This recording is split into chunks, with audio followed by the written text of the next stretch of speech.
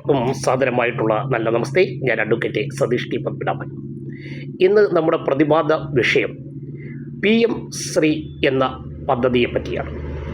നമ്മുടെ സ്കൂളുകളിൽ അടിസ്ഥാന സൗകര്യങ്ങൾ വികസിപ്പിക്കുന്നതിന് വേണ്ടി കേന്ദ്ര ഗവൺമെൻറ് നടപ്പിലാക്കുന്ന പദ്ധതിയാണ് PM ശ്രീ.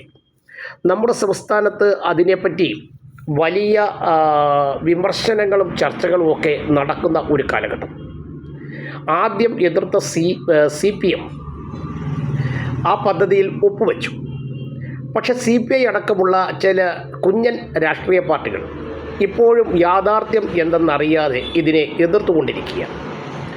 2020 ദേശീയ വിദ്യാഭ്യാസ നയത്തിൻ്റെ ഭാഗമായി 2022 അധ്യാപക ദിനത്തിലാണ് പ്രധാനമന്ത്രി ഈ പദ്ധതി പ്രഖ്യാപിക്കുന്നത്.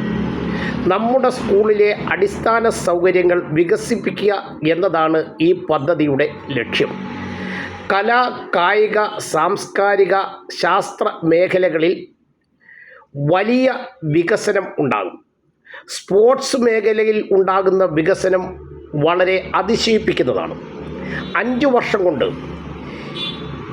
27,365 കോടി രൂപയാണ് കേന്ദ്രം ഇതിനായി മാറ്റിവെച്ചിരിക്കുന്നത്. ഇതിനായി ഭാരതത്തിലെ ഏതാണ്ട് 14,500 സ്കൂളുകളെ തിരഞ്ഞെടുത്തിട്ടുണ്ട്. അത് ചലഞ്ച് മോഡ് വഴിയുള്ള ഒരു അടിസ്ഥാന സൗകര്യ പരിശോധനയുടെ അടിസ്ഥാനത്തിലാണ് സ്കൂളുകളെ തിരഞ്ഞെടുക്കുന്നത്. ഏറ്റവും കുറഞ്ഞത് ആ സ്കൂളിൽ ടോയ്ലറ്റ് വേണം, നല്ല കെട്ടിടങ്ങൾ വേണം. ഇതൊക്കെയാണ് ആ ചലഞ്ച് മോഡിലെ തിരഞ്ഞെടുക്കപ്പെടുന്നതിൻ്റെ അടിസ്ഥാനപരമായിട്ടുള്ള ആശയങ്ങൾ. ഈ പദ്ധതി നടപ്പിലാക്കുമ്പോൾ അതിൻ്റെ 60% തുകയും കേന്ദ്രം വഹിക്കും, 40% തുക സംസ്ഥാനങ്ങൾ വഹിക്കണം. ഇങ്ങനെ തിരഞ്ഞെടുക്കപ്പെടുന്ന സ്കൂളുകളിൽ PM സ്കൂൾ എന്ന് പറയുന്ന ഒരു നാമകരണം കൂടി നൽകണം. വളരെ വലിയ നേട്ടമാണ് അതുകൊണ്ട് ഒരു സംസ്ഥാനത്തിനും വിദ്യാലയത്തിനും ഉണ്ടാകുന്നത്. സ്പോർട്സ് വികസിപ്പിക്കുന്നതിന് വേണ്ടി നല്ല അന്താരാഷ്ട്ര നിലവാരത്തിലുള്ള ഗ്രൗണ്ടുകൾ സെറ്റപ്പ് ചെയ്യും. സ്പോർട്സിൽ താല്പര്യമുള്ള കുട്ടികളെ അതിനായി കണ്ടെത്തും. ശാസ്ത്ര രംഗത്ത് സയൻസ്, ഗണിതശാസ്ത്രം അടക്കം നൈപുണ്യ വികസനമുണ്ടാകും. അഗ്രികൾച്ചർ രംഗം വികസിപ്പിക്കുന്നതിന് വേണ്ടി കുട്ടികളിൽ ആ അവബോധം വളർത്തിയെടുക്കുന്നതിന് വേണ്ടിയുള്ള വലിയ പദ്ധതി ഉണ്ടാകും. ഇത്തരത്തിലുള്ള കാര്യങ്ങൾ കൂടാതെ കലാ സാംസ്കാരിക രംഗം പരിപോഷിപ്പിക്കുന്നതിന് വേണ്ടി വലിയ ലൈബ്രറികൾ ഒക്കെ ഉണ്ടാകും. കുട്ടികൾക്ക് ഫീസ് സൗജന്യമാകും, യൂണിഫോം സൗജന്യമാകും, മറ്റ് ഗ്രാൻറ്റുകൾ സൗജന്യമാകും. അവർക്ക് അവരുടെ കഴിവിനനുസരിച്ച് വികസിക്കുന്നതിന് വേണ്ടിയുള്ള പദ്ധതികളുടെ പരിശീലനങ്ങൾ അഥവാ സൗജന്യമായി നടപ്പിലാക്കും. ഇതൊക്കെയാണ് ഈ പദ്ധതിയുടെ ആധികാരികമായ ലക്ഷ്യവും പരിപാടികളും. പക്ഷേ എന്തുകൊണ്ടാണ് ഇത്തരത്തിൽ ബൃഹത്തായ ഒരു പദ്ധതി നമ്മുടെ ദേശീയ വിദ്യാഭ്യാസ നയത്തിൻ്റെ ഭാഗമായിട്ട് ഭാരതത്തിൻ്റെ ചരിത്രത്തെ മുറുകെ പിടിക്കുവാനും ഭാരതത്തിൽ വളരെയധികം അഭിവൃദ്ധിപ്പെടുത്തുന്നതിനും വേണ്ടിയുള്ള ഒരു പദ്ധതി നടപ്പിലാക്കാതിരിക്കാൻ ചിലർ ശ്രമിക്കുന്നത് എന്ന് മനസ്സിലാവുന്നില്ല. എന്തു വന്നാലും കേന്ദ്രത്തെ എതിർക്കുക എന്നുള്ള പഴമൊഴി തുടരുന്നവരാണ് ഇക്കൂട്ടർ. PM school for rising India എന്നതാണ് ഈ പദ്ധതി. PM school for rising India ഇന്ത്യയെ ലോക നിലവാരത്തിലേക്ക് ഉയർത്തുന്നതിന് വേണ്ടി അതിൻ്റെ വിദ്യാഭ്യാസ പാഠ്യപദ്ധതിയും കുട്ടികളെയും പരിഷ്കരിച്ചെടുക്കുന്നതിന് വേണ്ടിയുള്ള ഒരു പദ്ധതിയാണ്. കേരളത്തിൽ ഇത്രയും നാളും CPM എതിർക്കുകയായിരുന്നു. CPM ഇനിയിപ്പോൾ യാഥാർത്ഥ്യം ബോധ്യപ്പെട്ടുകൊണ്ട് വിദ്യാഭ്യാസ മന്ത്രി അടക്കമുള്ളവർ അത് നടപ്പിലാക്കാനുള്ള ശ്രമമാണ്.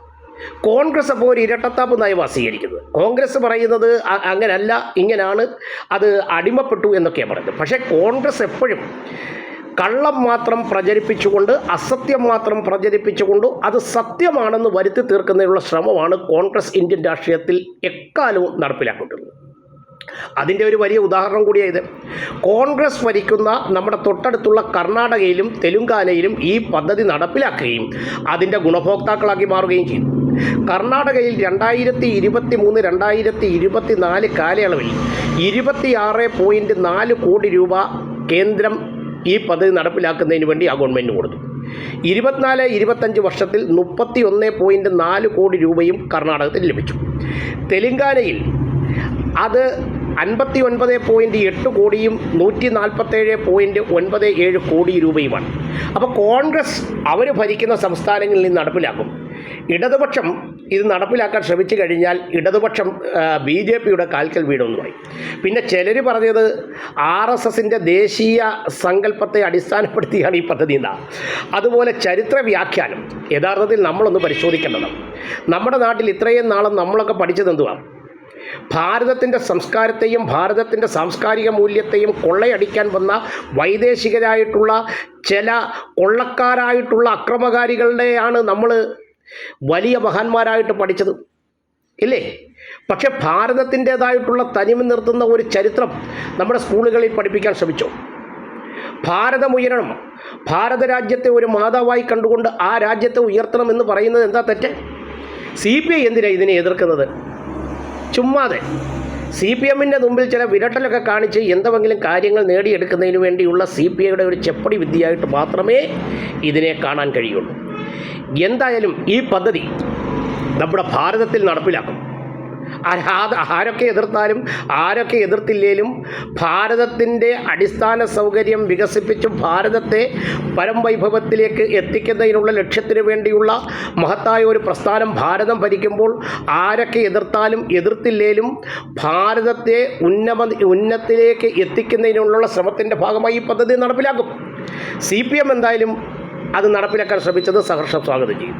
നമ്മുടെ രാജ്യം മുന്നോട്ട് പോകണം. നമ്മുടെ രാജ്യം ലോകത്തിൻ്റെ നെറുകയിലേക്ക് എത്തണം. അതെത്തിക്കൊണ്ടിരിക്കുകയാണ്.